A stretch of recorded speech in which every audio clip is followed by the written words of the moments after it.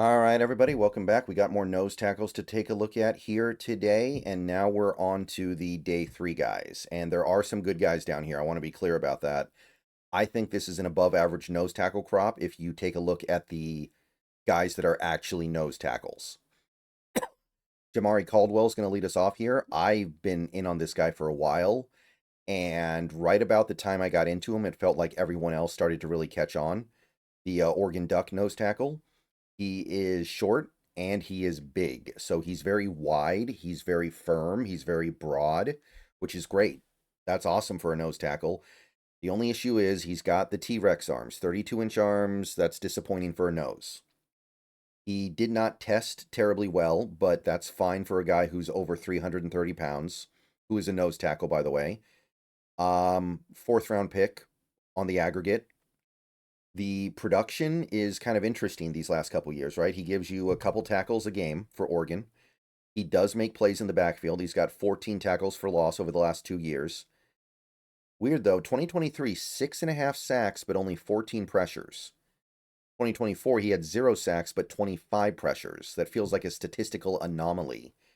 Good player, though, all around.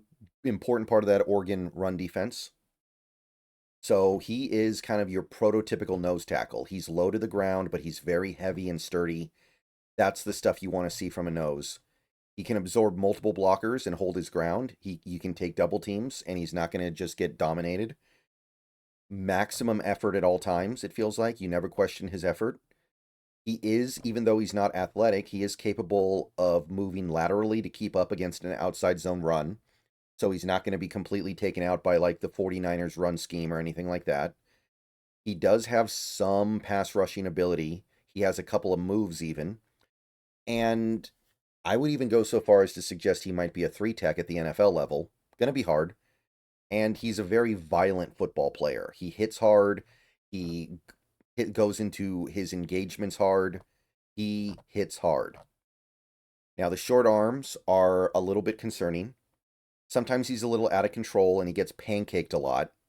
He ends up on his back too much. And his playmaking ability shows up, but it is inconsistent. Overall, though, for a guy you can get on day 3, I really like Caldwell. He was one of my favorite sleepers. He's not a sleeper anymore. And honestly, like everybody in this draft class has short arms almost. So what do I even care if Caldwell has short arms? That gives him something in common with 90% of the players in this class, it feels like. So as soon as the 4th round starts, I am on Caldwell. And that's about where he is on the big boards now anyway, so I'm not that much higher than anyone else. Oh well. Pegues? JJ Pegues? Not sure how to pronounce that. Old Miss, very fun for different reasons. He's also short. He's also reasonably sized, although as a pure nose tackle, 309 pounds is probably smaller than you expect. Arms are a little bit short too, 32 and a half. Didn't test very well at all, but again, he's a nose tackle. I'm not that worried about it. A couple big boards have him in the top 100. The aggregate has him in the 5th round. Been very productive the last 2 years for Ole Miss. 42 tackles each season. Makes a lot of plays in the backfield. Averages almost a TFL a game. Handful of sacks. A lot of pressure in 2024. 31 pressures as mostly a nose. Although I do want to stress this. The appeal of Pegues, well, I'll call him JJ because I don't know how to pronounce his last name. The appeal of JJ is that he's a nose tackle, a 3-tech, and a fullback. He can actually do fullback stuff on offense. I'm not joking. That's part of the appeal here. He is a very, very hard hitter when he punches. When he engages with a lineman and lands his punch, it hits like a truck. He's really good at covering space. He's really good at making plays in the backfield and getting slippery off tackles. He has a couple of moves that he uses to shed blockers very well. And he's got good reactive quickness, and it shows up on the field. I know it didn't show up at the combine. You watch him play, though, he's kind of a bundle of energy, and he just fires around from place to place, making plays that nose tackles typically don't make. Now, he is not a full-on nose tackle in the sense that he can hold up against a double team. He's got to find a way to anchor a little bit better, and There is potential here. He's short, right? That's good. Generally speaking, I feel like he's inconsistent. He has reps where he's very good, but then he has reps that are really bad. And as a nose tackle, you don't really want that. When you're out there, you need to just be kind of steady Eddie. You don't need to be up and down. You need to be just hanging out in the middle most of the time. His reaction to play recognition is a little bit behind where you would like it. He is undersized for an NFL nose tackle, and he didn't test very well, which is at least worth thinking about for a few seconds. I'm not too worried about it, but it does kind of contrast his playmaking reputation.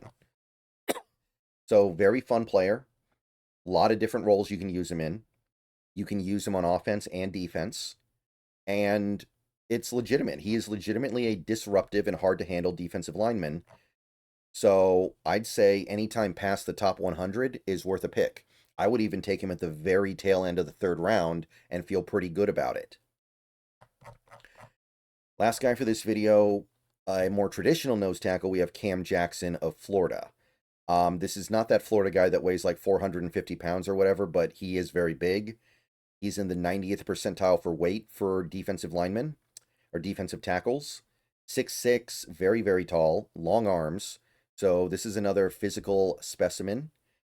Not really so much in terms of his athleticism and his traits, but again, he's a nose tackle. I'm not going to freak out about that.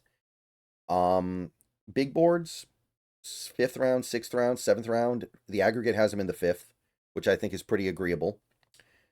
Reasonable production for a space eater the last couple years, although not a lot of plays made. He did have 16 quarterback pressures last year, which is more than you would expect for a guy like this, but that's not really his game. He is, at the end of the day, a pure nose tackle. He eats a lot of space, very hard to displace, very hard to get out of the way, very difficult to generate movement against. He's really big. He's got a lot of length. He manhandles offensive linemen. He just swallows them up sometimes, and I don't know what they're supposed to do about it. And he does have some very powerful moves. Like he's got a swim move. He's got some overarm moves. Really, really hard for interior linemen to keep up with him. Now, I don't expect anything from him as a pass rusher at the NFL level. The leverage thing is a problem. He's very tall, and there's not much he can do to get around that. And it causes him to lose more than he should. And he's very slow out of his stance. He's very sluggish getting off the ball. And while he's big enough to overcome that, you would still prefer that he's rocketing out of his stance. So I think we know exactly what this player is. We know exactly what Cam Jackson is. Very simple and straightforward as a player. You got to develop him a little bit to help him win leverage. But once you develop him a little bit, he's going to be an excellent space eater, a pure nose tackle, a true nose tackle, and nothing more. Early down defender. Honestly, I think the potential here is so good, I'm going to be a little bit laissez-faire and say 4th round pick. I'm not thrilled about it, but I like his floor so much, I'll do it. I think players like this have value, even if it's less than it used to be. And honestly, with the way the NFL is changing, that value might be going up. All right, see you guys later. Go Hawks. One more nose tackle video later today.